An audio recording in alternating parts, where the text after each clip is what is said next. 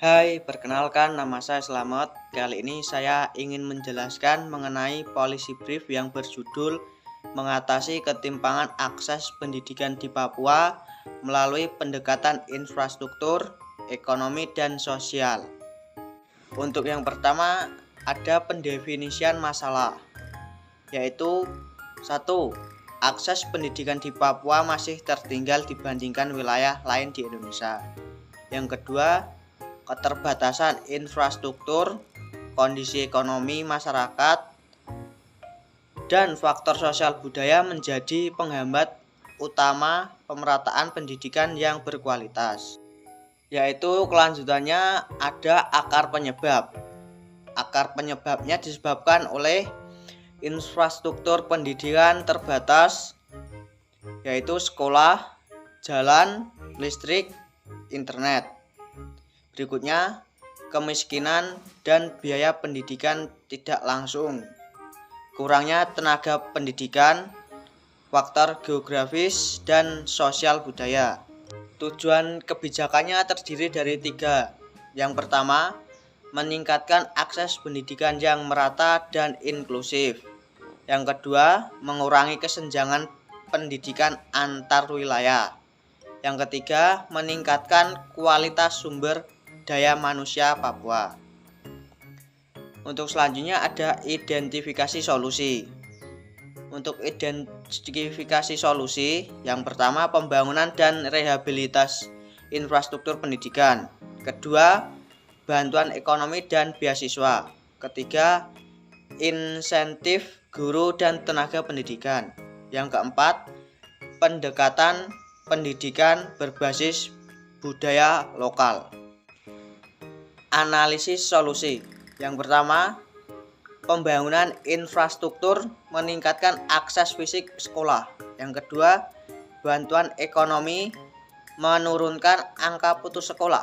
Yang ketiga, insentif guru meningkatkan kualitas pengajaran. Yang keempat, pendekatan budaya meningkatkan partisipasi masyarakat. Memilih solusi. Solusi terpadu dipilih dengan mengombinasikan. Yang pertama, pembangunan infrastruktur. Yang kedua, dukungan ekonomi. Dan yang ketiga, peningkatkan kualitas pendidikan. Implementasi dan monitoring. 1. Kolaborasi pemerintah pusat dan daerah. 2. Perlibatan masyarakat lokal. 3. Monitoring berkala melalui indikator akses dan kualitas pendidikan. Evaluasi hasil. 1. Peningkatan angka partisipasi sekolah. 2. Penurunan angka putus sekolah. 3. Peningkatan kualitas lulusan. Analisis yang digunakan. 1. Analisis masalah kebijakan. 2. Analisis pemangku kepentingan. 3. Analisis biaya dan manfaat. Teori yang digunakan. 1.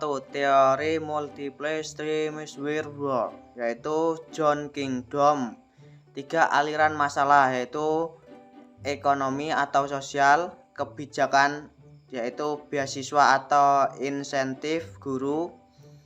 Yaitu selanjutnya politik, kolaborasi pusat daerah, relevansi, integrasi, solusi terpadu saat policy window terbuka untuk akses pendidikan, inklusif. 2.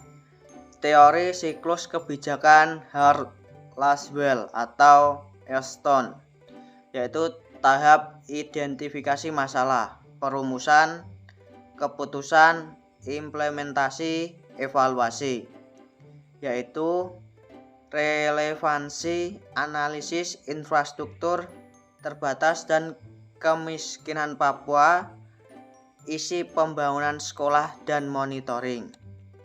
Selanjutnya kesimpulan, yaitu akses pendidikan di Papua memerlukan kebijakan terpadu yang berfokus pada infrastruktur, ekonomi, dan sosial.